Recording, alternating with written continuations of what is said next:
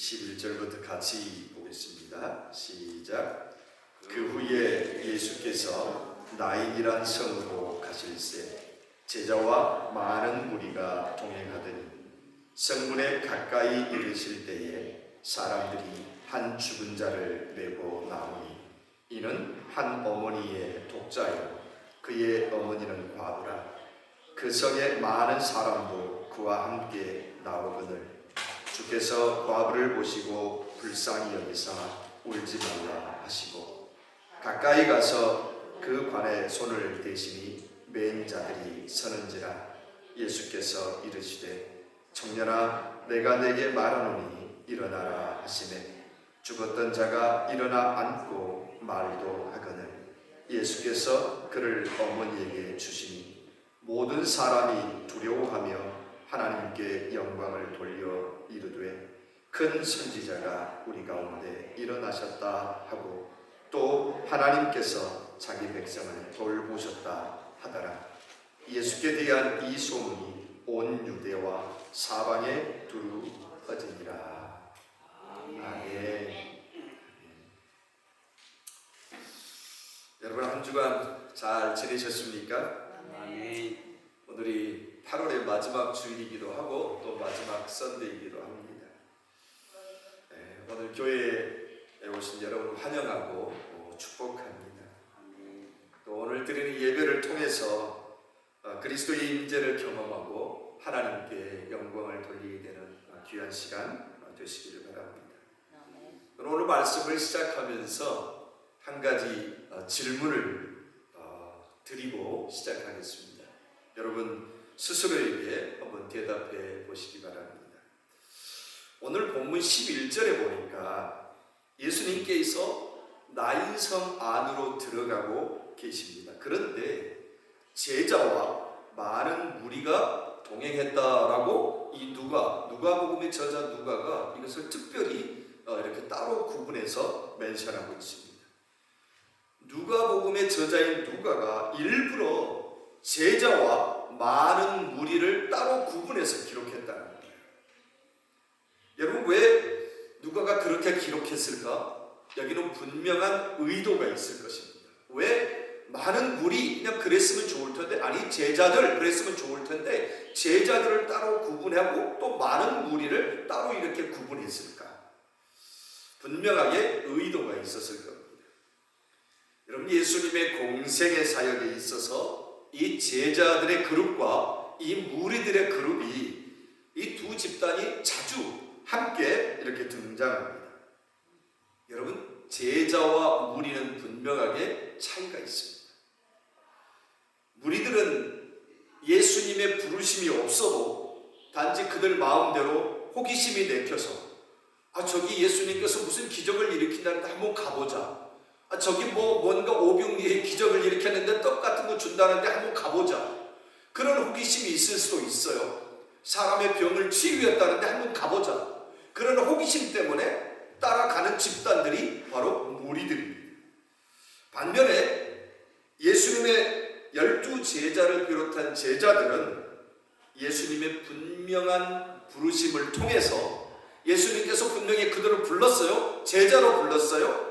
그리고 말씀으로 양육했어요. 그래서 예수님 앞에 나왔고 언제나 예수님 곁에서 동행하는 자들이 제자들의 그룹이었던 것입니다.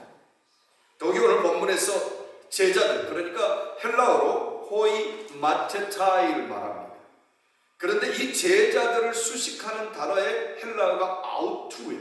아우투. 이게 뭐냐면 그의 다시 말하면 예수님께 속한 제자들이라고 분명히 기록하고 있습니다. 호이 마테타이 아우투. 그러니까 이 제자들은 예수님 안에 속해 있음을 분명하게 성경이 기록하고 있습니다.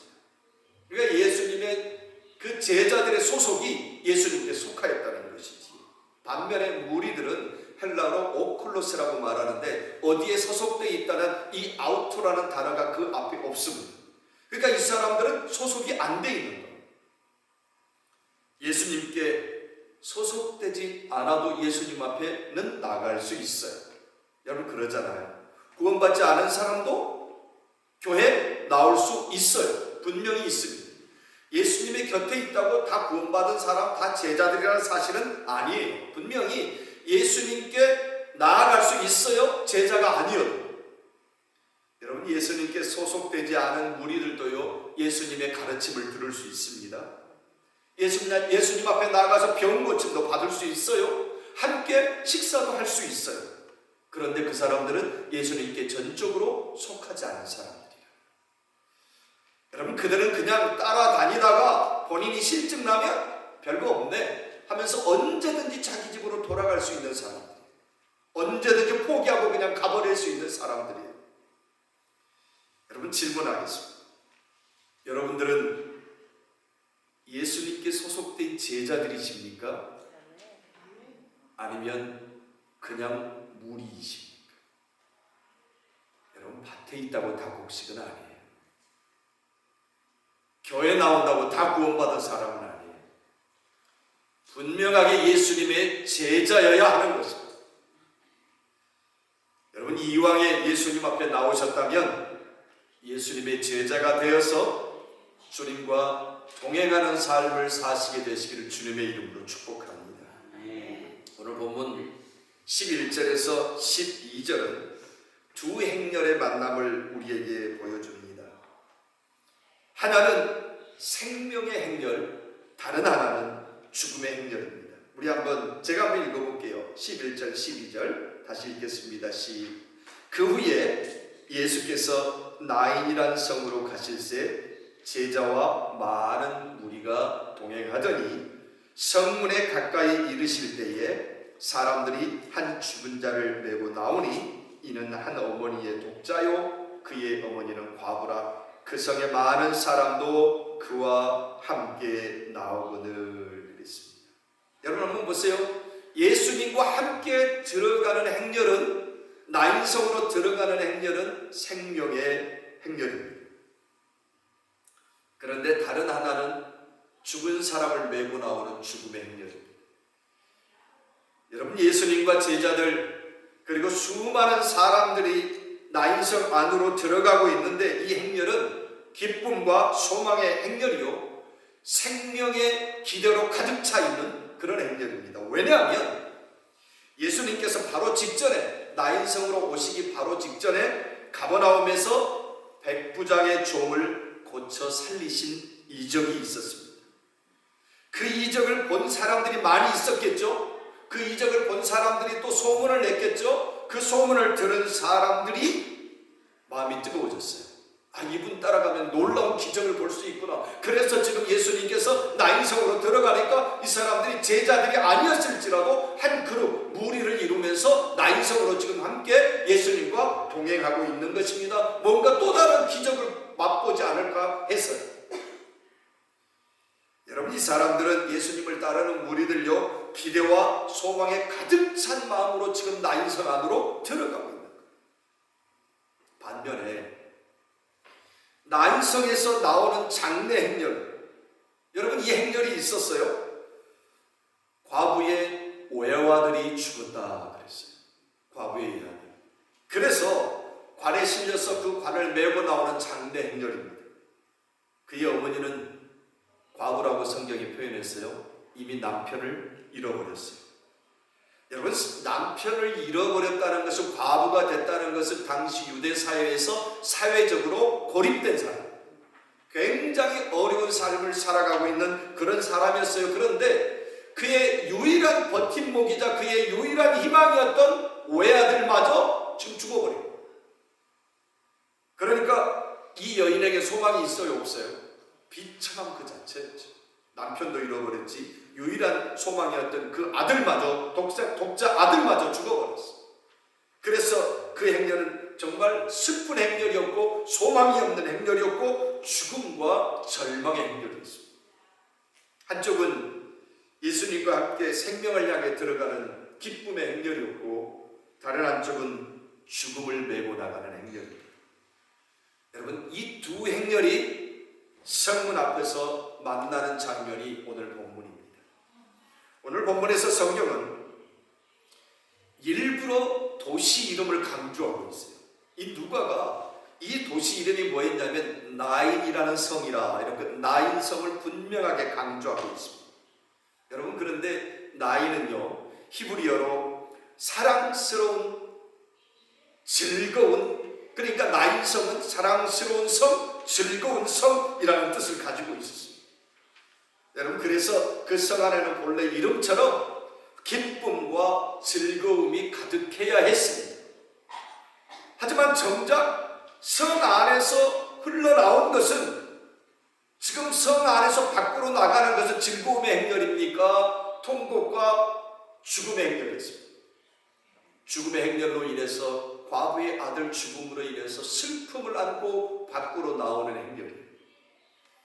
여러분, 즐거워야 될 도시가, 행복해야 될 성이, 그 나인 성이 오히려 통곡의 소리로 가득 차 있었다는 거예요. 여러분, 이것이 바로 예수님이 없는 세상의 모습입니다. 사람들은 내가 가진 것이 넉넉하니까, 이 정도면 내가 즐겁다, 이 정도면 내가 성공했으니까 괜찮다, 여러분 이렇게 생각할 수 있어요. 그런데 예수 없는 세상은 결국 비참함 그 자체인 것입니다. 여러분, 이것이 바로 나인성의 아이러니. 이름은 즐거움이라 불리지만, 이름은 사랑스러운 성이라 불리지만, 실제로는 죄와 죽음으로 인해서 눈물과 슬픔뿐이었다는 것입니다. 겉으로는 화려해 보이고 풍요로 보이는 세상도 예수님이 없는 삶은 결국 죽음의 행렬에 속해 있다는 것입니다. 여러분, 다 같이 13절, 15절 말씀을, 13절, 14절, 15절 말씀을 같이 한번 읽어보겠습니다. 시작. 주께서 과부를 보시고 불쌍히 여기사 울지 말라 하시고 가까이 가서 그 관에 손을 대시니 맨 자들이 서는지라. 예수께서 이르시되 청년아, 내가 네게 말하노니 일어나라 하시매 죽었던 자가 일어나 앉고 말도 하거늘 예수께서 그를 어머니에게 주시니. 여러분, 예수님께서 그 장례 행렬을 보시고 과부를 불쌍히 여기셨습니다. 여러분, 여기서 중요한 단어가 뭐냐면 불쌍히 여기다라는 단어예요. 불쌍히 여기다. 여러분, 이것은 단순한 감정이 아니라 하나님의 자비와 긍휼의 깊은 마음을 나타내고 있습니다. 여러분, 그렇습니다. 우리 주님은 우리의 고통을 멀리서만 바라보시는 분이 아니라 지금 이 과부 아들의 죽음의 행렬, 장례 행렬에 가까이 다가가셔서 그 과부를 위로했던 것처럼 우리에게 다가오셔서 함께 우리의 고통을 체결하시고 함께 아파하시면서 걱정하시면서 사랑하시는 분이 우리 예수님이라는 사실입니다. 여러분, 예수님께서 과부에게 말씀하십니다. 울지 말라. Don't cry. 울지 말라. 여러분, 이 말씀은 예수님이 지금 그 과부의 상황을 무시한 이야기 아니에요. 여러분, 한번 보세요. 이 과부에게는 울만한 상황이 맞습니다. 비참한 상황이에요. 남편도 잃어버렸고 유일한 희망이요, 유일한 버팀목이었던 그 외아들마저 죽어버려서 지금 그 아이를 장사 지내려고 메고 나가는 상황이잖아요. 여러분, 이것은 누가 봐도 울어야 될 상황이에요. 누가 봐도 슬픈 상황이에요. 통곡할 만한 상황이에요. 예수님께서 그 상황을 무시하는 이야기가 아니에요. 울지 말라고 말씀하신 거예요. 그 상황을 내가 충분히 짐작한다. 그럼에도 울지 말라고 하신 거예요. 여러분, 남편도 죽었고 마지막 희망마저, 아들마저 죽어버렸는데 울만한 상황이 맞잖아요. 여러분, 그럼에도 이제 내가 너와 함께하니 울지 말라. 이제 예수님께서 함께 하시기에 더 이상 울 이유가 없다라는. 여러분, 이것이 우리의 소망이 되어야 됩니다. 예수 없으면 우리에게 슬픔이지만 예수님께서 지금 죽음의 현장 가운데, 통곡의 현장 가운데 찾아오셨어요. 그러면서 말씀하세요. 이제 내가 너와 함께 있으니까 울지 말라. 그 얘기. 그리고 예수님께서 그 관에 손을 대셨습니다. 여러분, 당시 시체에 가까이 가는 것은 부정한 일이었습니다. 그런데 예수님은 그 부정을 두려워하지 않고 그 관에 가서 손을 댔어요. 그럼 잘 생각해 보세요. 그 관에 손을 대면서 예수님이 부정해지신 것이 아니라 오히려 죽음이 예수님의 거룩하심 앞에서 물러가는, 여러분, 이것이 하나님께서 우리에게 보여주신 놀라운 축복의 비밀입니다. 우리 가운데 임했던 사망이 예수 그리스도가 그 관에 손을 대므로, 아니 예수 그리스도가 찾아옴으로 인해서 예수 그리스도가 부정하게 되는 것이 아니라 오히려 그 앞에서, 예수 앞에서 죽음이 물러가는 거예요. 여러분, 주님 말씀하십니다. 청년아, 내가 내게 말하노니 일어나라. 여러분, 그 순간 죽었던 청년이 살아나 앉아서 말을 했다, 성경이 기록하고 있습니다. 그리고 예수님은 그를 그의 어머니에게 돌려주셨습니다. 여러분 보세요. 죽음의 행렬이 순식간에 생명의 행렬로 바뀌어버렸어요. 누구 때문에요? 그 죽음의 행렬 가운데 누가 들어오니까요? 예수님께서 들어오시니까 그 죽음의 행렬이 뭘로 바뀌었다고요? 생명의 행렬로 바뀌어버려요. 살아났잖아요. 여러분, 이 세상도 그렇습니다. 모든 사람들은 다 죽음의 행렬을 가고 있는 거예요. 그런데 예수 그리스도를 만나기만 하면, 예수 그리스도가 그 자리에 찾아오시기만 하면 그 죽음의 행렬이 생명의 행렬로 바뀐다고 말씀하고 있는 것이 오늘 성경의 본문입니다. 여기서 우리가 발견해야 하는 것은 예수님의 생명에 대한 주권입니다. 여러분, 누가복음은 예수님을 단순히 선지자나 기적을 행하는 그런 사람으로 기록하지 않았습니다. 오늘 13절에 사용된 헬라어 단어는요, 주께서라는 이 단어가 호퀴리오스, 이런 단어를 쓰고 있습니다. 호퀴리오스. 이게 뭐냐면 예수님께서 단순히 인간적인 동정심을 가지신 분이 아니라 죽음을 다스리는 주권자임을 가르치고 있습니다. 호퀴리오스. 주께서, 그러니까 우리 생명을 다스리는 주권자, 주인이시라는 말씀입니다. 여러분, 죽음은 어쩌면 우리 인류의 가장 큰 문제입니다. 아무리 지식과 권력을 가졌어도 죽음을 이길 수 있는 사람은 세상에 아무도 없는 것입니다.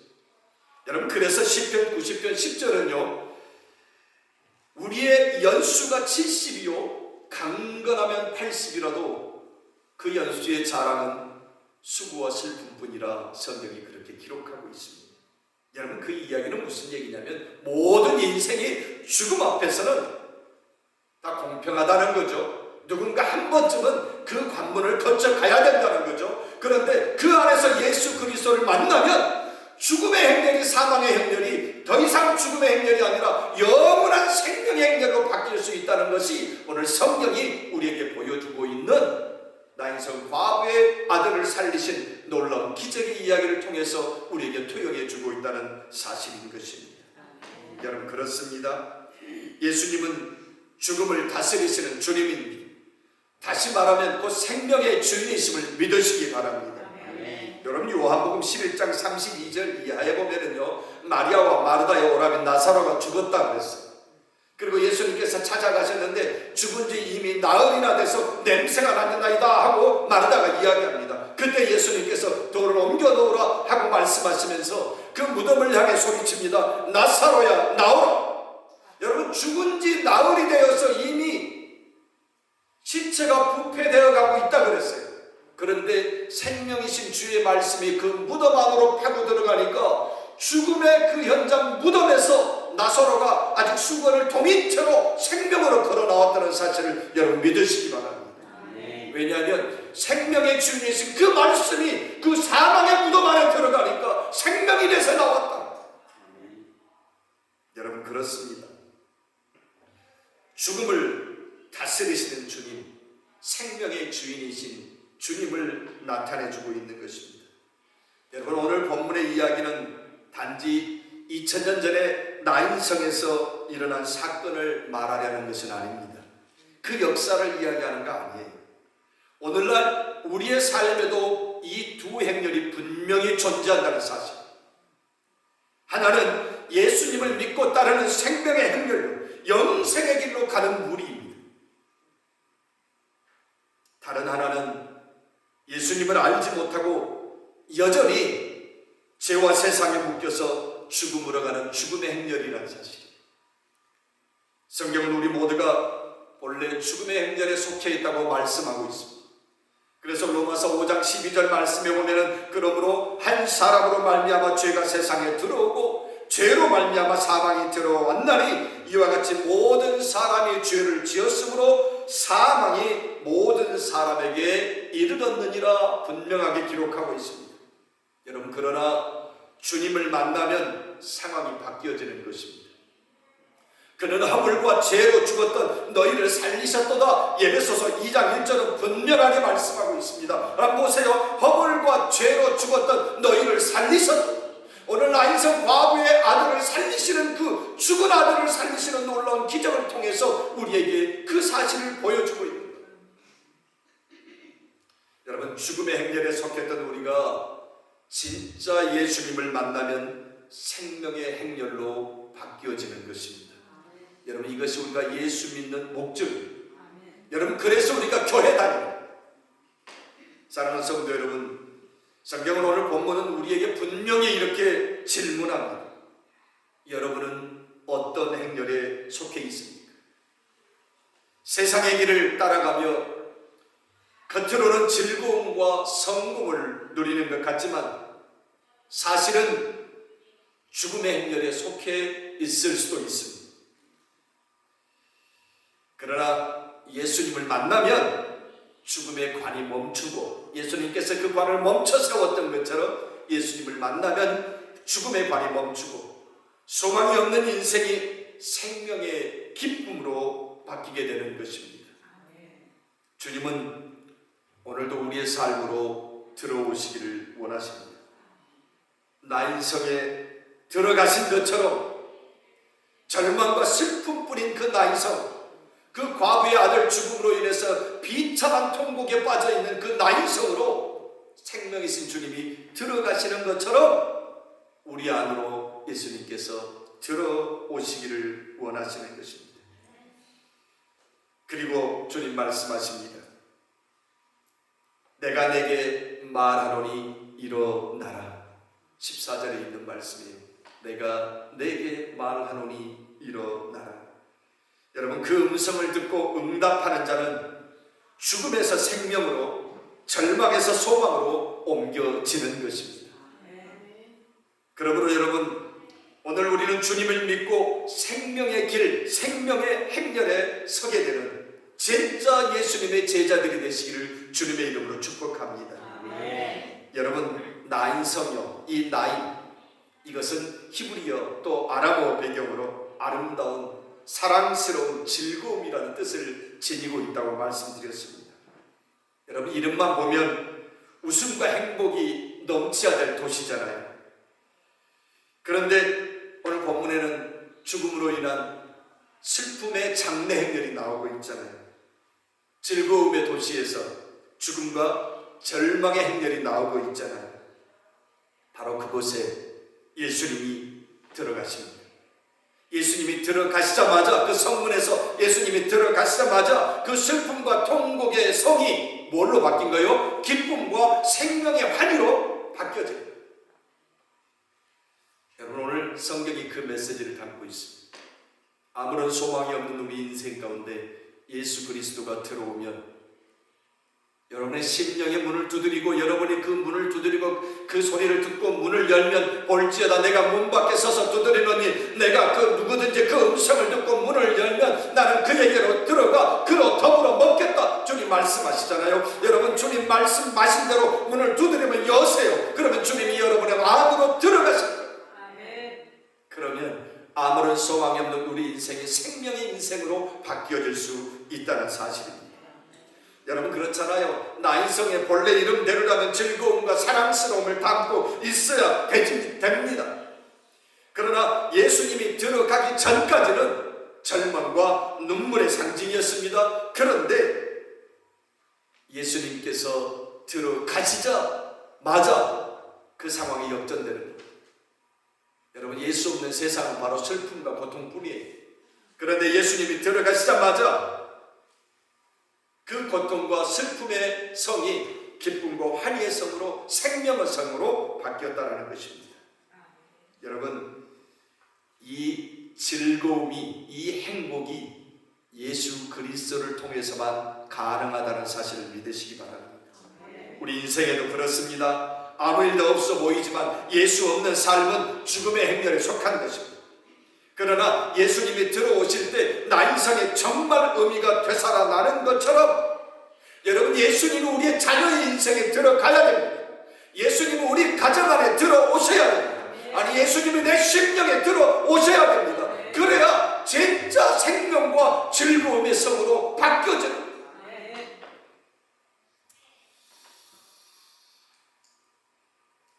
여러분들은 오늘 말씀을 마치면서 여러분 모두가 다 예수 그리스도를 믿음으로 받아들이고 생명의 길에 서게 되는 우리 한마음 장로교의 모든 성도님들이 다 되시기를 주님의 이름으로 축복합니다. 여러분, 예수님이 들어오셔야 즐거움이 회복됩니다. 진짜 예수님이 내 심령 안에 들어오셔야 생명의 환희가 내 안에서 되살아나게 되는 것입니다. 오늘 라인성의 말씀을 통해서 우리에게 들려주는 메시지는 바로 그것입니다. 예수가 없으면 아무리 즐거워 보이는 성이라 할지라도 그것은 이름뿐이요, 그 안에는 슬픔과 절망과 고통이 가득합니다. 그러나 예수가 그 안으로 들어가면 그 죽음과 고통의 성이 생명의 환으로 되살아납니다. 저는 우리 한마음 장로교의 모든 성도님들의 가정과 여러분의 심령 가운데 그 생명, 예수로 인해서 그 생명이 되살아나는 놀라운 역사가 있게 되시기를 주님의 이름으로 축복합니다.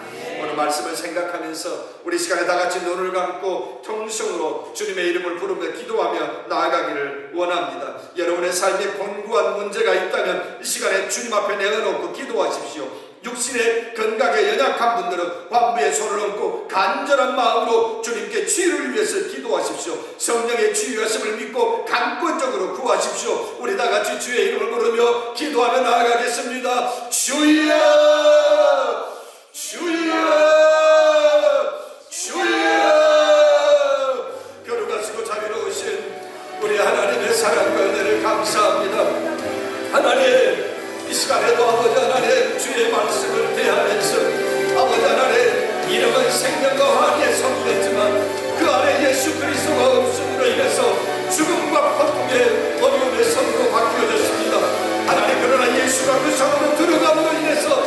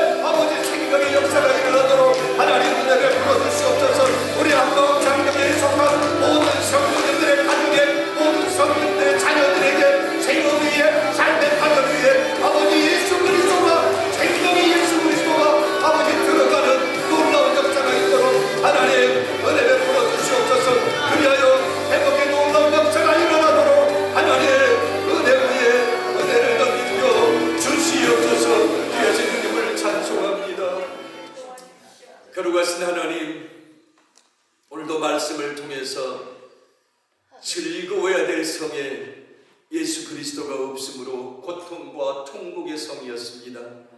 그러나 예수님께서 그 성 안으로 들어감으로 생명과 환희의 성으로 뒤바뀜되었습니다. 하나님, 바라고 소망하고 없기는 우리의 심령 안으로 예수 그리스도가 찾아 들어오시게 하여 주시옵소서. 진짜 믿음으로 예수 그리스도를 받아들이게 하여 주시옵소서.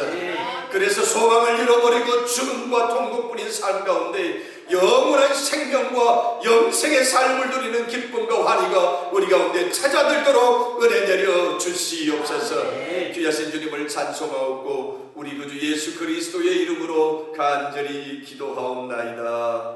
아멘.